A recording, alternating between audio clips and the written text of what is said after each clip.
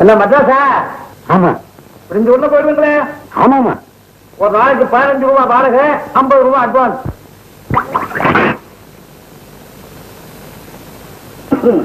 இந்தாங்க.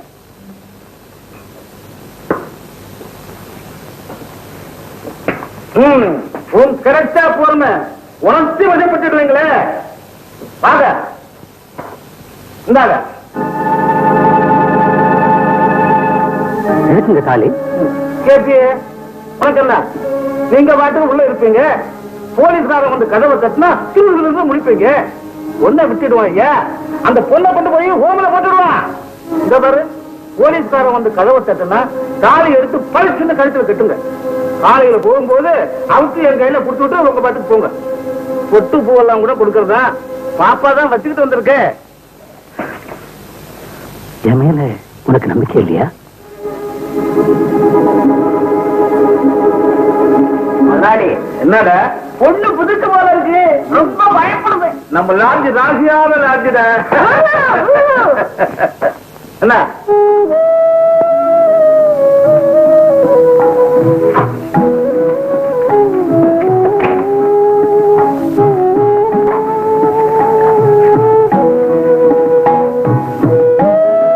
உட்காரு.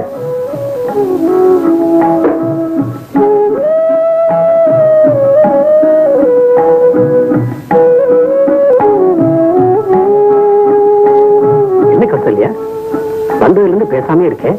எனக்கு பயமா இருக்கு. என்ன நீ யாராவது இருந்தா வெக்கப்படுற, யாருமே இல்லைன்னா பயப்படுற.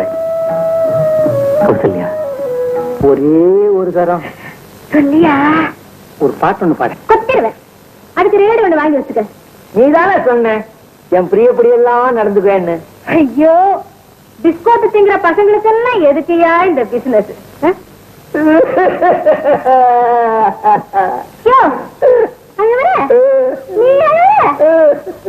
பாட்டு பாடின அவ்வளவுதானே.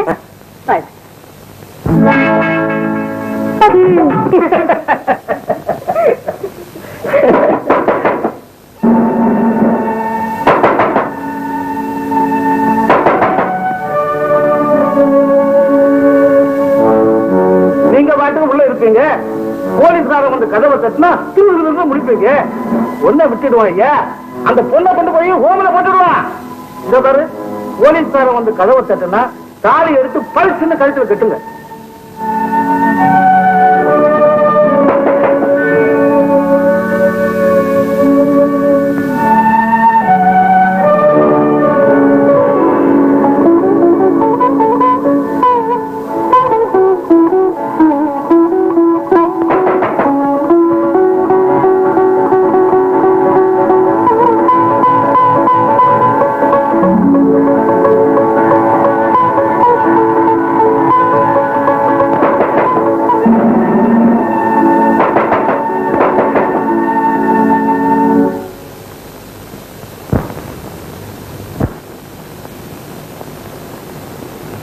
ஏப்பா, நீதானா?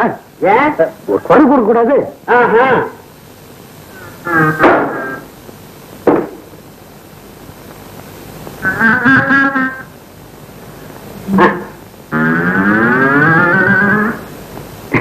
இடத்தை பொறுத்தா மரியாதைன்னு சொல்லுவாங்க.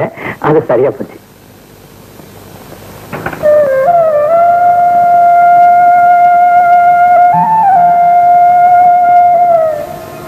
கௌசல்யா, இன்னொரு நாள் இருக்க. ஓஹோ, 4 பேருக்கு தெரிஞ்சு நடக்க வேண்டிய நம்ம கல்யாணம் அவ சூரக்குள்ள முடிஞ்சு போச்சுன்னா,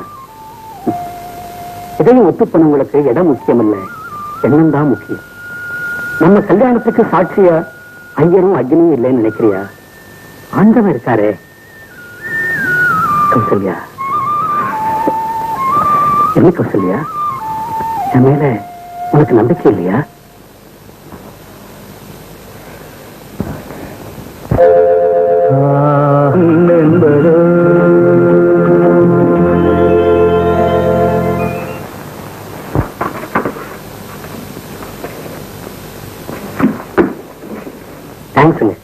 தாலியை கொடுத்துட்டு போங்க.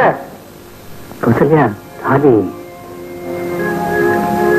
நிர்பந்தத்தில் விழுந்த தாலியா இருந்தாலும் இனிமே நிரந்தரமாவே இருக்கட்டும். என் சர்வீஸ்ல தாலியை தரமாட்டேன்னு சொன்ன முதல் பொண்ணே நீதாம்மா. தாலிக்கு 10 ரூபா கொடுங்க. நான் தரமாட்டேனா? தாலிக்கு பணம் பெண் வீட்டுக்காரங்க தரதான் வழக்கம். இந்த 10 ரூபாய்க்கு பட்டாசு வாங்கி கொடுத்துக்கடா. எதுக்குங்க? இந்த நாட்டுக்கும் ஒரு பத்திரி பொண்ணு வந்திருக்காடா, ஒரு பத்திரி பொண்ணு. இப்படிதான் அவரும் என்ன பாராட்டினாரு. ரகசியமா நடந்த எங்க கல்யாணத்தை பல பேர் அறிய பதிவு திருமணம் பண்ணாரு. குழந்தைக்கு தாளான கொடுத்து வச்சவன் எல்லாரும் பாராட்டினாங்க. பேரும் திருநாளுமா இருந்த எங்க வாழ்க்கையில திடீர்னு ஒரு இடி.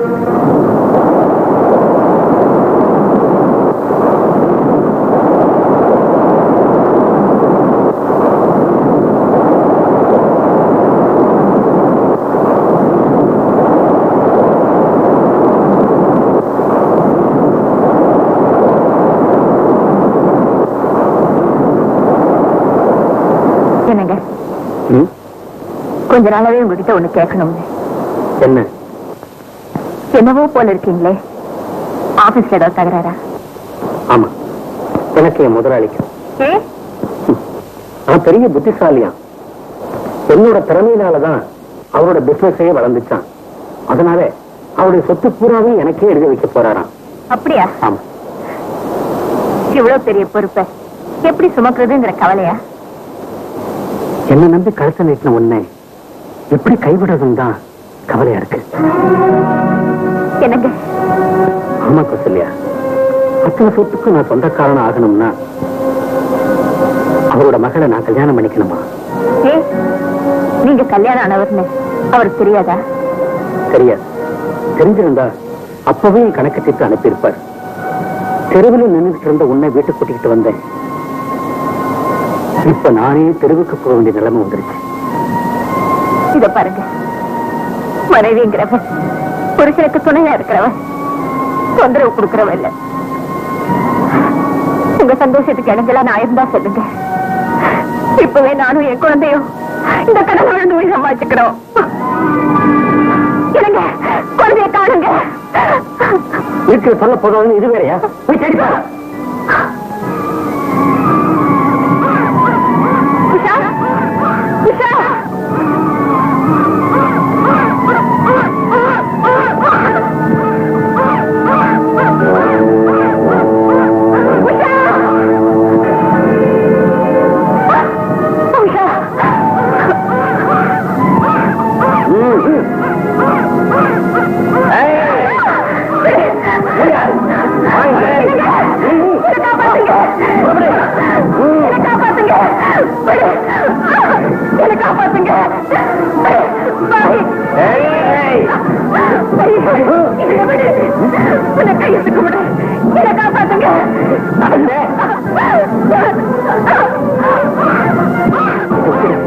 என்ன விட்டுடுங்க, என்ன விட்டுடுங்க, நான் போயிடுறேன்.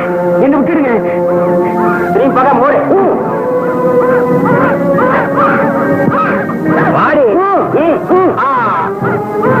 அண்ணே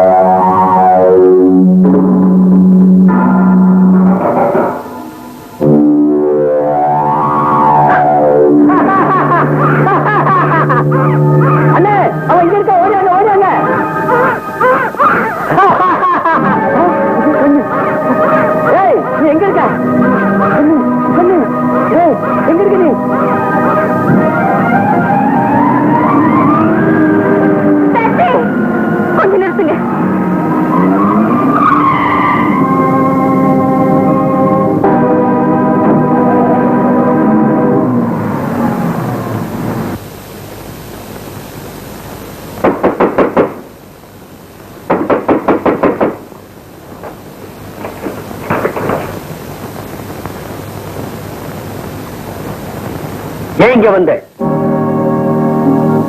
எப்படி வந்தேன்னு கேட்பீங்கன்னு நினைச்சேன். வேணும்னு நினைச்சாதானே விவரம் எல்லாம் கேட்கணும். ஆமா, கடத்தல் நின்று வியாபாரம் பண்றவளா இருந்தாலும் நீ கண்ணியமானவங்கிறதுனாலதான் உன்னை நான் மனைவியா ஏத்துக்கிட்டேன். ஏன் கண்ணு முன்னால அவங்க உன்னை கடத்திட்டு போயிட்டாங்க. மறுபடியும் உன்னை நான் மனைவியா ஏத்துக்குவேன்னு நீ எதிர்பார்த்ததும் தப்பு, இங்க வந்ததும் தப்பு. பாதுகாக்க வேண்டிய நீங்களே பயந்து ஓடி வந்துட்டு இப்ப ஏன் மேல பழி போடுறீங்களா? அவங்க என்ன கடத்திக்கிட்டு போனாலும் நான் கலங்கப்படாம கண்ணியம் புரியாம தான் தப்பிச்சு வந்திருக்கேன். தயவு செஞ்சு நான் சொல்றதை நம்புங்க, என்னை ஏத்துக்கங்க. துப்பினது எச்சல் இல்லைன்னு சொல்ற துணிச்சல் இருந்தா தான் உன்னை ஏத்துக்க முடியும். எனக்கு அந்த துணிச்சல் இல்லை. எங்கேயாவது போயிடும். சொத்து கோர்ட்ல இருக்கு. சொந்தம்னு சொல்லிக்க இருந்த ஒரே ஜீவன் சித்தியும் செத்து போயிட்டாங்க. தனியா இருந்தாலும் அது தற்கொலை பண்ணிக்கலாம். ஒரு குழந்தைய வச்சுக்கிட்டு நான் எங்க போவேன்? இடத்தையும் என்னையும் சொல்ல சொல்றியா? பணத்தை கட்டவோட வர நான் தயாரா இல்லை. நான் அவ்வளவுதான் சொல்லுவேன். உனக்கு எனக்கு மட்டும் தெரிஞ்ச இந்த விஷயம் இந்த ஊருக்கு தெரியறதுக்கு முன்னாலேயே நீ எங்கேயாவது ஓடிப்போ. முடியாது. உங்களை விட்டு நான் எங்கேயும் போக மாட்டேன். அப்போ விவாகரத்து கேட்டு நான் கோர்ட்டுக்கு போகணுங்கிறியா? உன்னை கூண்டுல ஏத்தணுங்கிறியா? நீ நடத்த கெட்டவங்கிறத நாட்டுக்கே தெரியப்படுத்தணுங்கிறியா? வேண்டாங்க, வேண்டாம். எனக்கு சந்தோஷம் இல்லைன்னு பரவாயில்ல. சந்தேகத்துக்குரியவங்கிற கெட்ட பேர் எனக்கு வேண்டாம். நான் இப்பவே இந்த வீட்டை விட்டு போறேன். ஆனா அந்த லாட்ஜ்கார மாதிரி கட்டின தாலியை கழட்டி கூட கேட்காதீங்க. இது நிர்பந்தத்துல விழுந்த தாலியானாலும் நிரந்தரமாவே இருக்கட்டும். எனக்காக இல்லை, என் குழந்தையோட எதிர்காலத்துக்காக கேட்கிறேன்.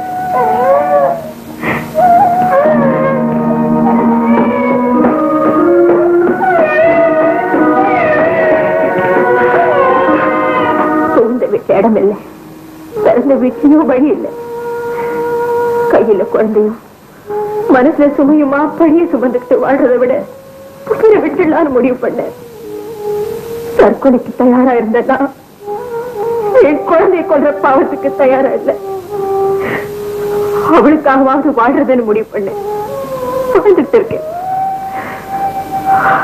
ஆனா அவளுக்கு என்னவோ நான் இப்படி வாழ்ந்துட்டு இருக்கிறது பிடிக்கலங்கிற.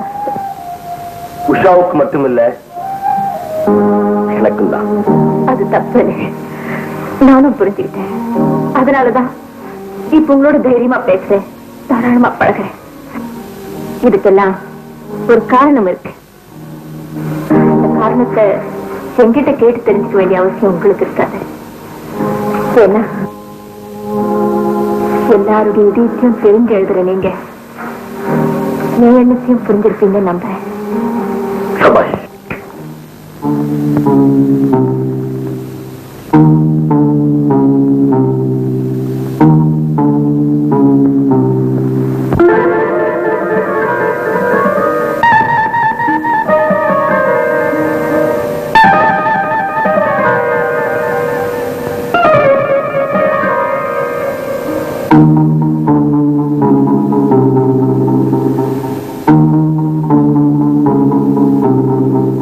எப்படி ஒத்து போறீங்களா, உடன்படுறீங்களா?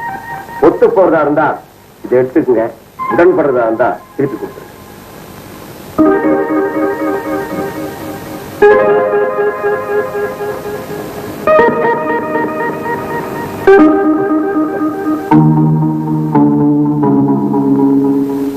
என்கிட்ட உறுதி இல்லாம இருக்கலாம், ஆனா உங்க மேல எனக்கு நம்பிக்கை இருக்கு.